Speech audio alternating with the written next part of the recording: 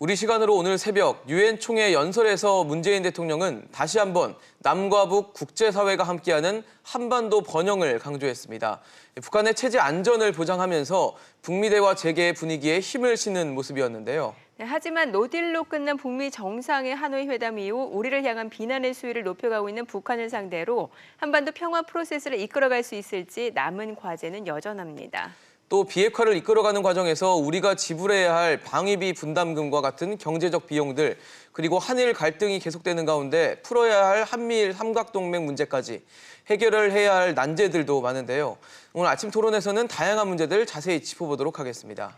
네, 여러분은 문재인 대통령의 유엔 총회 연설 어떻게 들으셨고 또 한반도 평화 프로세스에 대해서 어떤 의견을 갖고 계신지 문자로 보내주시면 저희가 토론 중간에 소개하고 함께 이야기도 나눠보도록 하겠습니다. 100원의 이용료가 있는 유료 문자 샵 3698번으로 여러분의 다양한 의견 보내주시기 바랍니다. 네, 오늘 토론 함께해 주실 패널 소개해드리겠습니다. 용인대 교양학부 최창렬 교수, 아산정책연구원 차두현 개관연구위원입니다. 어서 오세요. 어서 오십시오. 네, 안녕하십니까?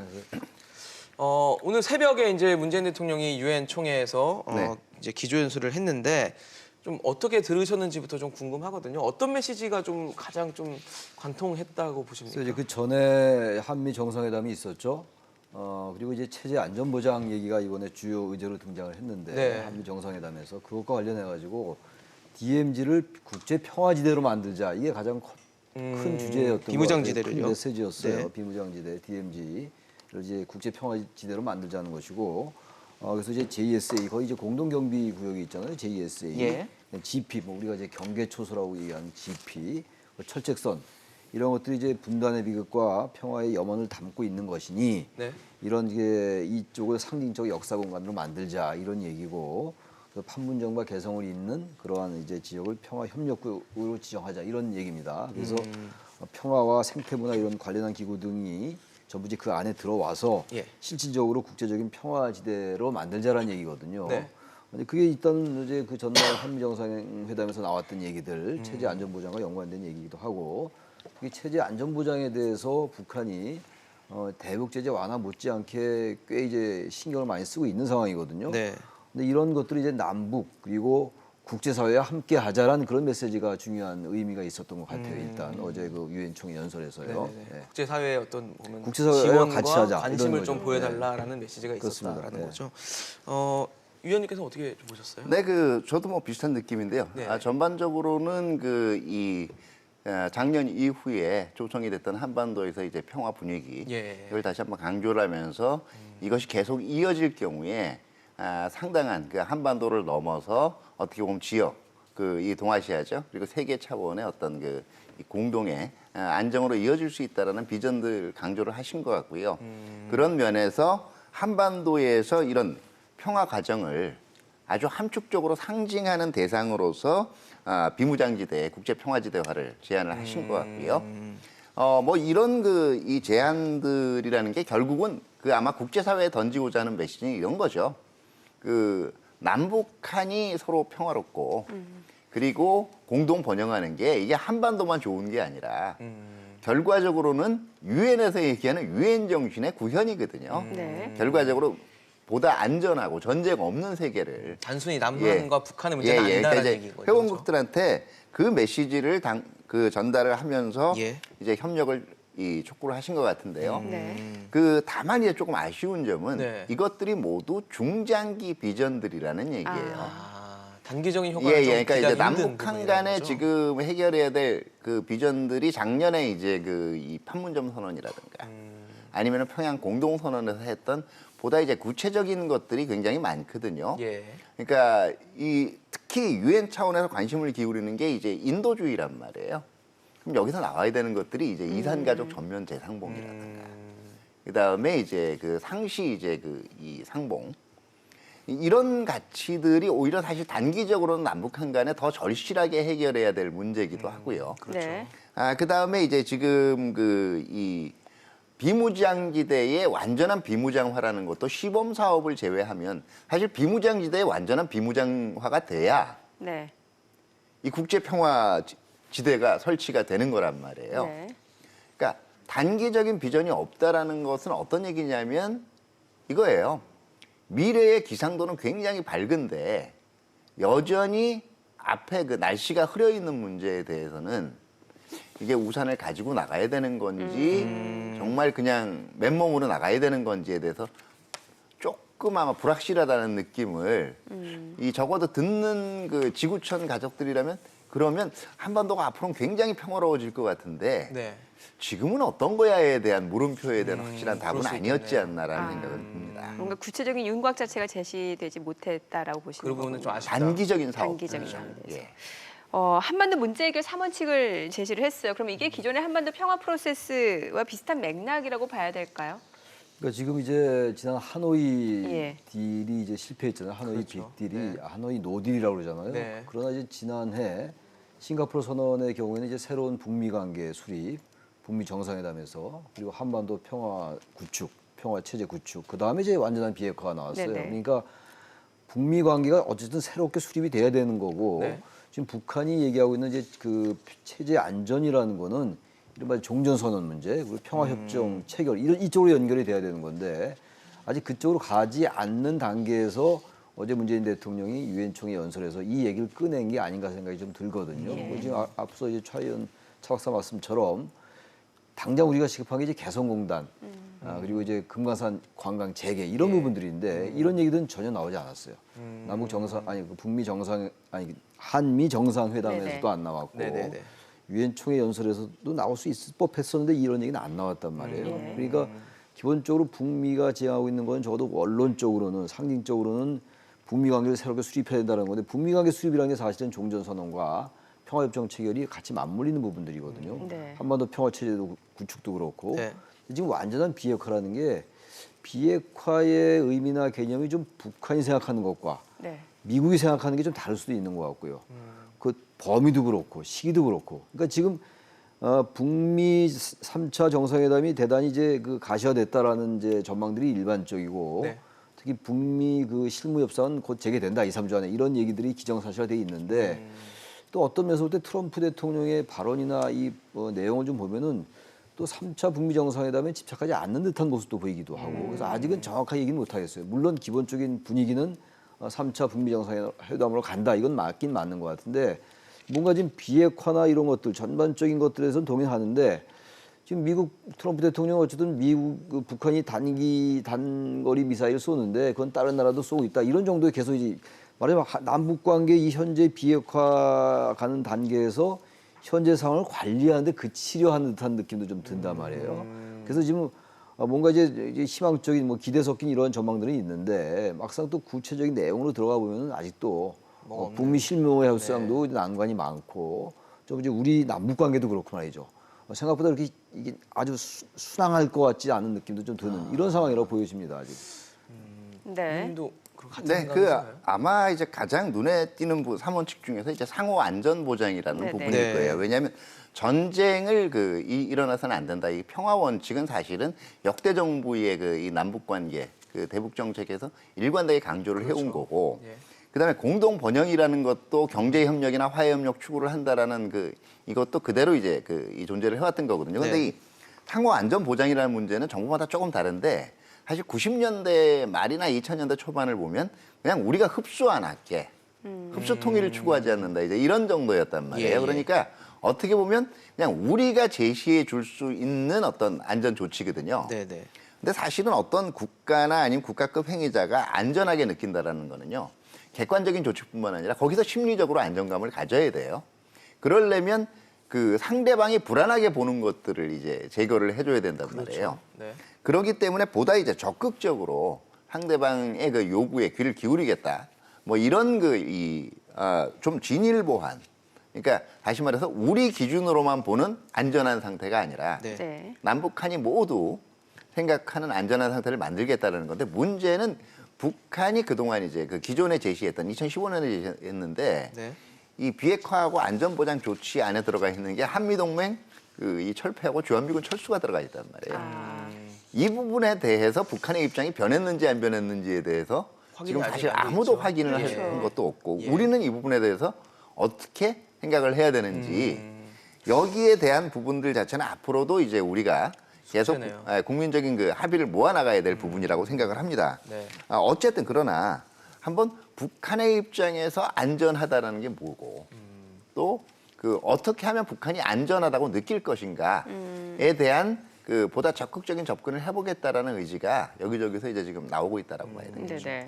그 아무래도 문 대통령 이번 그 연설에서도 보면은 북한의 이 체제 안전 보장을 상당히 강조하는 부분들, 그게 아마 의원님 말씀하신 그런 어떤 네네네. 연장선상이 있지 않을까. 일종의 뭐 북한을 좀 안심시키려는 포석 정도로 봐야 되는 건지도 좀 궁금하거든요. 그러니까 북한이 제일 불안하게 생각하는 게 미국이 북한을 공격할 수 있다라고 생각하는 네. 것 같아요. 그러니까 지금 계속 핵을 가지고 있다라는 거는 뭐 이제 자신들의 체제를 보장받기 위해서는 핵을 포기할 수 없다라는 거잖아요. 그러나 우리나라나 국제사회나 미국은 그렇지 않다. 완전한 비핵화의 의지를 갖고 있는 건 확인됐을지 모르겠으나 이것이 행동으로 나타나지 않으면 대북 제재 완화할 수 없다라는 거거든요. 그렇죠. 지금 어쨌든 트럼프 대통령이나 미국 입장은 대북 제재를 유지하겠다라는 지금 입장이란 말이에요. 근데 대북 제재 완화 쪽에 굉장히 중점을 뒀었는데 북한이 언제부턴가 체제 보장 쪽으로 더 이제 무게 중심이 옮겨가는 듯한 이런 느낌이 좀 있단 말이에요. 그러니까 북한으로서는 대북 제재 완화도 안 합니다만 이 한미 군사 훈련도 그렇고 이런 것도 굉장히 불안하게 느끼는 것 같아요. 그렇죠. 이 부분이 참 미국과 북한 간에 접점이 잘 나오지 않는 거예요. 그러니까 미국은 어쨌든 일괄적이고 포괄적으로 타결하자는 거 아니에요? 비핵화와 이제 대북 제재 완화 이런 거를. 그러나 북한은 행동 대 행동으로 가자. 동시적이고 단계적으로 이걸 해결해 나가자는 거 아니에요? 이게 어쨌든 접점이 안 만들어지고 있어요. 그러니까 이번에 북미 정상회담에서 그런 얘기가 나올지 모르겠습니다만 예. 특히 실무 협상에서 그런 얘기가 좀 나와야 될 거예요. 그래야 3차 북미 정상회담의 어떤 성과도 있을 수가 있는 것이고 그렇죠. 이런 부분들이 계속 얘기만 있습니다만 북미 간의 신뢰가 결여돼 있기 때문에 기본적으로 잘 진행이 안 되는 거예요. 그러니까 계속 여러 뭐 이제 회담도 하고 많은 이제 논란이 있다 하더라도요. 결국은 신뢰의 문제거든요. 북한과 미국. 그래서 그 신뢰를 확보하기 위해서 DMZ도 이제 평화지대로 만들고 체제 안전 보장이 하나의 시그널로 얘기하고 이런 것들인데 역시 중요한 거는 비핵화와 지금 북한의 생각 이게 결국 다르다라는 거. 네. 그래서 저는 어쨌든 이게 트럼프 생각이 제가 잠깐 아까도 말씀드렸습니다만 현재 남북 관계나 북미 간의 관계 이거를 이 정도에서 적당히 동결하고 넘어가려 하는 것은 아닌지 선거가 또 내년이잖아요. 시간도 그렇죠. 별로 없어요. 네. 또 트럼프 대통령으로서는 뭔가 성과도 보여야 되지만 다른 국제 문제도 많거든요. 근데 특히 이제 유엔 총회 연설, 트럼프 대통령의 유엔 총회 연설에서 북한 관련 언급이 1분이 채 안 되는 것 같더라고요. 잠깐 스치고 지나가는 정도로 말더라고요. 이란 관련은 굉장히 길게 얘기했어요. 트럼프 그렇죠. 대통령이 네. 유엔 총회 연설에서 어제 문재인 대통령 연설보다 전에 있었는데 그런 걸로 볼 때 우리가 기대하는 것보다 북미 정상회담이 열리더라도 크게 진전되지 않을 수 있다. 그러나 어쨌든 간에 지금 현재 북미가 굉장히 난관이 있었고 봉착돼 있었으니까 예. 하여튼 열려서 뭔가 하여튼 돌파구는 열어야 되겠죠. 그렇죠. 테이블 그러면서 자체가 긍정적인 만들어지는 건, 전망일 네. 수 있다고 봅니다. 일단. 네. 자, 우리 시청자분들도 다양한 의견 보내주고 계십니다. 문자 내용 좀 짚어보고 또 토론 이어가 보겠습니다. 네. 끝자리 6974님이 평화엔 돈이 든다. 비무장지대 평화지대 만드는 데는 돈이 안 드나 북한의 평화를 결국 우리 돈으로 사는 격이다라고 올려주셨습니다. 네, 8611님은 우리 입장에서 북미 대화 재개되는 마당에 분위기 맞출 수밖에 없을 듯 어차피 키는 북한의 비핵화 실행에 있지 않을까요? 라고 의견을 주셨습니다. 네, 끝자리 0765님이 DMZ 안에 UN 본부를 설치합시다. 아예 유엔 본부를 설치하자. 뭐라고 개인적인 의견을 또 주시기도 했고요. 네. 4365님 전쟁 위협 없는 한반도에서 살고 싶어요. 어떻게 보면 가장 근본적인 소망일 것 같습니다. 네, 자 그리고 끝자리 4586님이 평화 유지를 위해서 미국의 무기를 산다. 앞뒤가 안 맞다. 미국은 동맹을 강조하면 무기 세일즈를 그만둬야 한다. 또 반대로 북한에 대한 얘기도 있습니다. 2402님은 북한은 계속 미사일을 쏘는데 한반도 평화 프로세스가 무색합니다. 체제 안전 보장 전에 도발 금지부터 강제해야 합니다라고 의견 주셨습니다. 네, 자 계속해서 여러분들 다양한 의견 보내주시면 제가 토론 중간에 또 소개해드리고 내용도 이어가 보도록 하겠습니다. 지금 앞서서도 나온 내용 중에 하나가 결국 북한의 비핵화가 관건이다. 정작 앞서서도 뭐 비핵화에 대해서 서로 북한이 생각하는 비핵화, 또 미국과 우리가 생각하는 그렇죠. 비핵화가 좀 다를 수 있다라고 했는데 네네. 이 비핵화가 전제가 되면 경제 협력도 가능하다라고 하는데 사실 최근 분위기 보면은 경제 협력 자체는 좀 요원해진 것 같다라는 생각이 들어요. 근데 이 부분도 이제 이 북한이 비핵화하면 이제 앞으로 이 경제 협력이라든가 여러 가지 공동 번영이 가능하다라고 이거는 제가 보기에는 의미가 있는 부분이라고 생각하는 게 네. 그동안 이제 이 미북 협상 과정에서도 북미 협상 과정에서도 그 비핵화의 정의가 뭐냐거든요. 예. 사실 완전한 한반도 비핵화라는 게 우리하고 미국이 생각하는 건 북한이 핵 능력을 해체하는 거예요. 네. 그렇죠. 이제 북한이 얘기하는 거는 일종의 핵 군축이에요. 우리도 줄이지만 네. 그 완전 해체라는 말은 없어요. 우리도 줄이지만 그 상당 부분 특히 미국이나 이제 한미 동맹에 의해서 가해지고 있는 회계업을 줄여야 된다라는 거거든요. 주한미 군향 근데 대통령께서 한번 다시 한번 강조를 해준 건 분명히 의미가 있습니다. 북한의 결국은 우리가 추구하는 건 북한 핵 능력의 해체라는 해체. 거고요.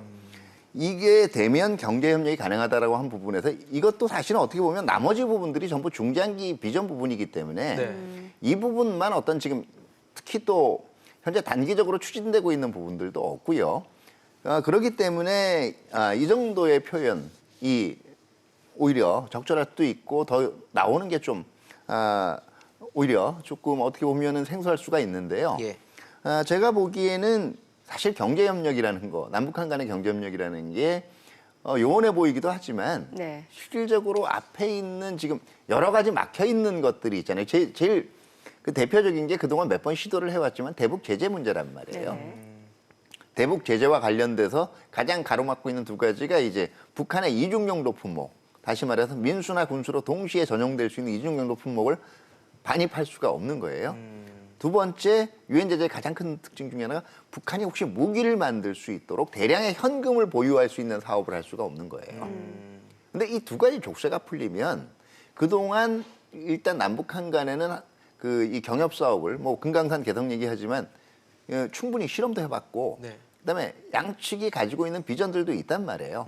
더더구나 이제 북한 같은 경우에는 기존에 가지고 있던 특히 김정은 위원장 시대 들어와서 기존에 일반적으로 경제협력 특구 특히 이게 이제 국경 지역이나 이런 쪽을 위주로 지정이 돼 왔어요. 신의주나 이런 나선 지역이나. 근데 이제는 북한 내륙에 있는 이제 20여 개에 달하는 경제협력 개발구들을 지정을 했거든요. 그만큼 북한도 경제 발전이라는 거에서 굉장히 이제 절실한 입장이기 때문에요. 의외로 비핵화라는 물꼬가 트이게 되면 상당한 기회가 있는 건 분명한 거고 거기에 대해서 다시 한번 강조를 하신 거라고 봐야겠죠. 네. 교수님께서는 전 대북 제재 완화 문제를 좀 우리 정부가 어떻게든 공간을 마련해서 좀 유연하게 해석할 필요가 좀 있을 것 같아요. 어떤 식으로? 지금 금강산 관광도 그렇고 개성공단 재개 문제도 그렇고 예. 대북 제재라는 것 때문에 막혀서 거의 못 하고 있는 거거든요. 그렇죠. 어제 우리 말씀처럼 전혀 대북 제재와 관련이 없게 느껴지는 것도 대북 제재와 다 연관돼 있어요. 그러니까 지금 남북 경협을 한다고 합니다만 이런 부분들에 대한 유연한 해석이 전제되지 않으면 할 수 있는 게 별로 없는 거예요. 철도 공동차 같은 경우도 마찬가지거든요. 철도 문제하고 이게 북한 비핵화하고 관련이 없는 것 같은데 철도를 같이 연결하고 뭐 이런 문제들도 뭘 하다 보면 구체적인 부분에 있어가지고 미시적인 부분에 있어가지고 대북 제재에 걸린단 말이에요. 그러니까 이런 부분들을 우리 정부가 너무 원론적인 얘기만 하지 말고 네, 미국에 적극적으로 주도적으로 요구할 건 좀 요구하고 예. 해서 뭔가 남북 간의 협력을 좀 물꼬를 튀어야 될 것 같아요. 우리나라 경제도 어렵고 네. 북한도 지금 말도 못하기 어렵잖아요. 물론 그렇죠. 남북 경협 가지고만 우리 경제를 더 한 단계 높게 할 수는 없다 하더라도요. 그렇겠죠. 굉장히 중요한 거잖아요. 북한의 어떤 노동력이라든지 이런 부분들. 근데 이런 것들은 북한과 미국이 우리가 서로 원하는 거란 말이에요. 근데 이게 어쨌든 안보나 정치적인 문제 때문에 꽉 막혀 있기 때문에 이런 것도 같이 트이게 하면 비핵화도 한결도 말하자면 상생작용을 일으킬 수가 있거든요. 상생작용 또는 상생작용을 일으킬 수가 있는데 제재 완화에 막혀서 잘 안 된단 말이에요. 제재 문제 때문에. 제재 문제가 이제 잘 안 되니까 북한이 이제 체제 안전 보장을 들고 나오고 있고. 그러니까 지금 종전선언 문제는 지금 계속 얘기가 미리 언제부터 오래됐는데 종전선언 문제는 지금 미국이 잘 고려하지 않는 것 같아요. 그러니까 지금 체제 안전 보장 얘기가 나오고 자꾸만 이러는 거란 말이에요. 네네. 그러니까 얘기들이 계속 겉돌고 있는 거거든요. 저는 그래서 우리 정부가 좀 주도를 할 수 있을지 모르겠습니다만 우리 정부의 그 촉진자라는 게 중재자 역할을 좀 더 강화해서 보다 적극적으로 적어도 남북 경협에 있어서는 좀 유연하게 해석해달라는 거, 국제사회에 또 유엔에. 그러면서 우리가 뭔가 해나가죠. 이산가족 상봉 얘기도 계속 나오고 있는데 안 되고 있잖아요. 그렇죠. 이것도 대북 제재와 연결되어 있는 것 같아요. 그렇다면 이런 것부터 해결한 다음에 네. 북한과 미국, 북한은 지금 우리보다는 미국과 상대하려는 거 아니에요? 비핵화 협상은. 근데 어쨌든 경협은 또 우리하고 하려는 것이고.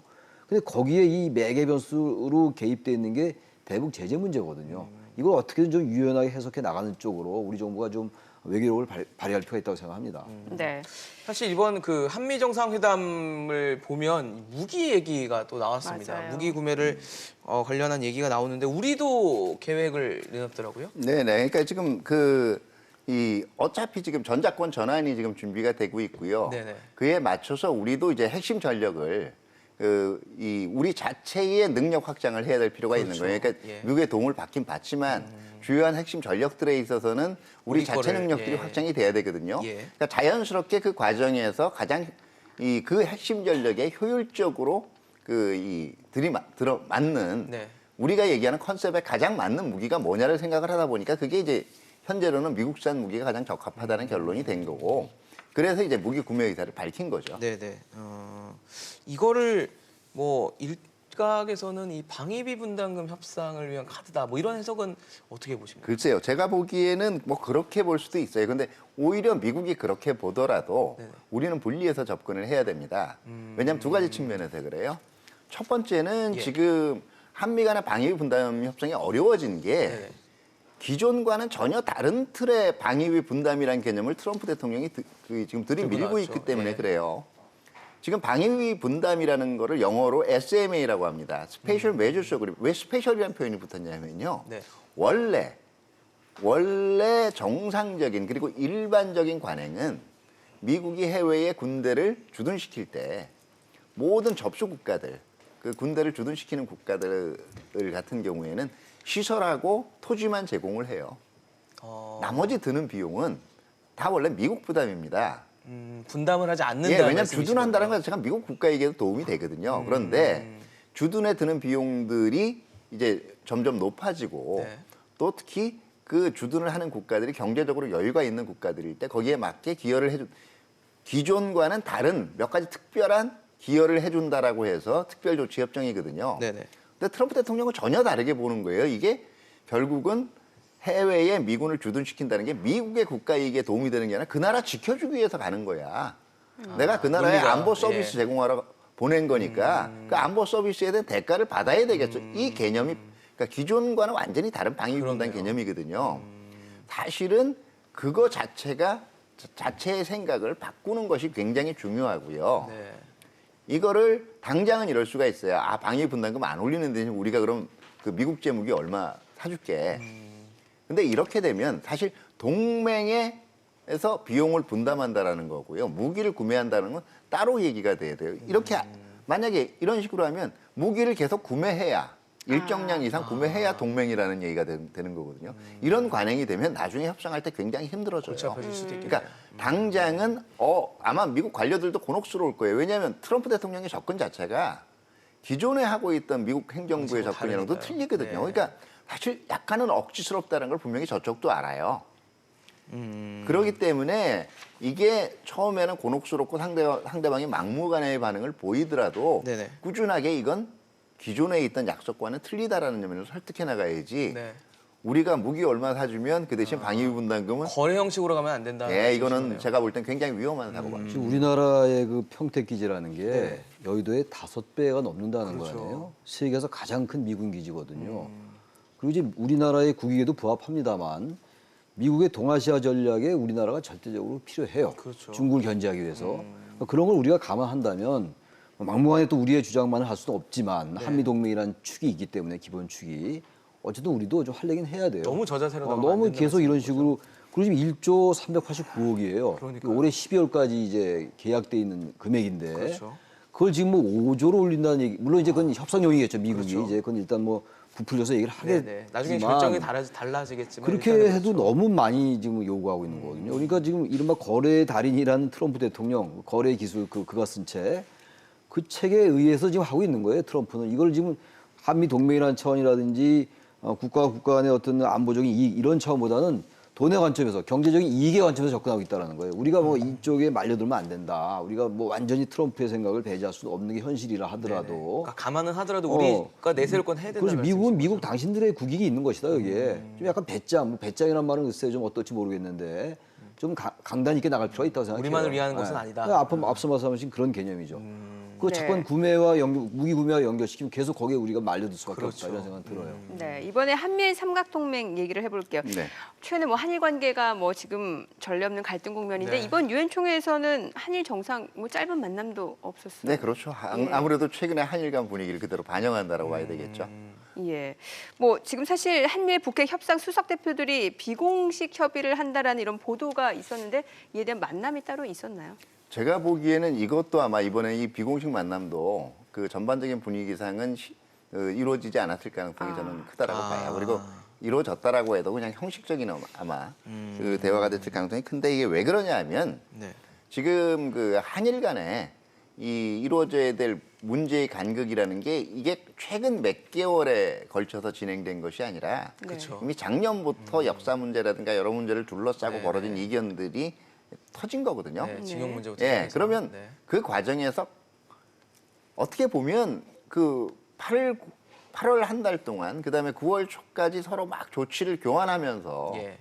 그 감정이 격앙됐던 정부가 네. 갑자기 9월에 들어서 유엔 총회 때 웃는 모습을 보여준다는 것도 조금 이상한 거 아닌가요? 그것도 그러니까 이상하죠. 우리 사회가요 아직도 이런 거예요. 그 갈등 관리에 굉장히 어색하거든요. 예. 그러니까 우리는 이런 거예요. 싸우고 나면 어떤 그 이 냉각기라는 게 필요하지 않고 그렇죠. 반드시 서로 그냥 이렇게 허허 억지로라도 화해를 해야 그게 마음이 편한 거예요. 증상이 낮은 게 아무것도 아닌데. 그런 면을 한번 생각을 해봐야 될 거예요. 네. 사실 지금 뭐 일본하고 관계가 좋지 않은 상황에서 문재인 대통령은 사실 어제 뭐 경고성 메시지와 함께 또 우회적인 메시지까지 같이 좀 던지는 모습을 보이더라고요. 과거사 문제를 이제 꺼낸 건데 일본을 적시하지 않았습니다만 누가 봐도 일본에 그렇죠. 대한 네. 경고 비판적인 발언들이에요. 경제 문제, 정치 문제와 경제 문제 연결시키고 있다. 그래서 이제 공정한 무역을 해친다. 네. 이런 이제 메시지는 물론 국제사회에 던진 메시지긴 합니다만 일본을 의식한 건 누가 봐도 맞는 건데 지소미아 문제가 지금 하루아침에 해결된 문제가 아니잖아요. 그렇죠. 지금 게다가 지금 일본이 우리를 백색 국가에서 제외했지만 우리도 일본을 이제 백색 국가에서 제외했단 네. 말이에요. 그러니까 이런 상황이기 때문에 미국은 어쨌든 지소미아를 다시 복원했으면 좋겠는데 이건 미국의 국익인 것이고 우린 또 우리 입장이 있는 거예요. 일본도 지소미아 한일 그 군사보호 협정 이 부분을 다시 이제 하기를 바라는 것 같아요. 최근 보도에 의하면 그 세계 정확한지 모르겠는데요. 네. 최근 북한이 발사한 그 단거리 미사일들 네, 이런 것들 일본이 잘 파악 못했다는 거 아니에요? 탐지 잘 못했다는 거예요. 그러니까 우리가 아무래도 가까우니까 국경에서 그다음에 네네. 휴민트력은 우리가 훨씬 우세하거든요. 네네. 지소미아에 있어가지고 그런 점이 있기 때문에 만약 우리가 일본과 갈등 관계로 갈 수 없다 하더라도 우리가 이왕 결정했으니 거기에 대한 비판도 많이 있었어요. 찬반이 그렇죠. 종료를 하는 있었습니다만 것에 대해서. 일단 지소미아를 종료하기로 결정을 했기 때문에 예. 당분간 그런 문제를 유지하면서 우리의 몫을 내는 게 맞다고 봅니다. 네, 알겠습니다. 오늘 이제 유엔 총회 연설과 관련해서 또 한 번 더 평화 프로세스 향방과 관련된 이야기까지 나눠봤습니다. 차두현 위원, 최창렬 교수였습니다. 두 분 말씀 잘 들었습니다. 고맙습니다. 네, 고맙습니다.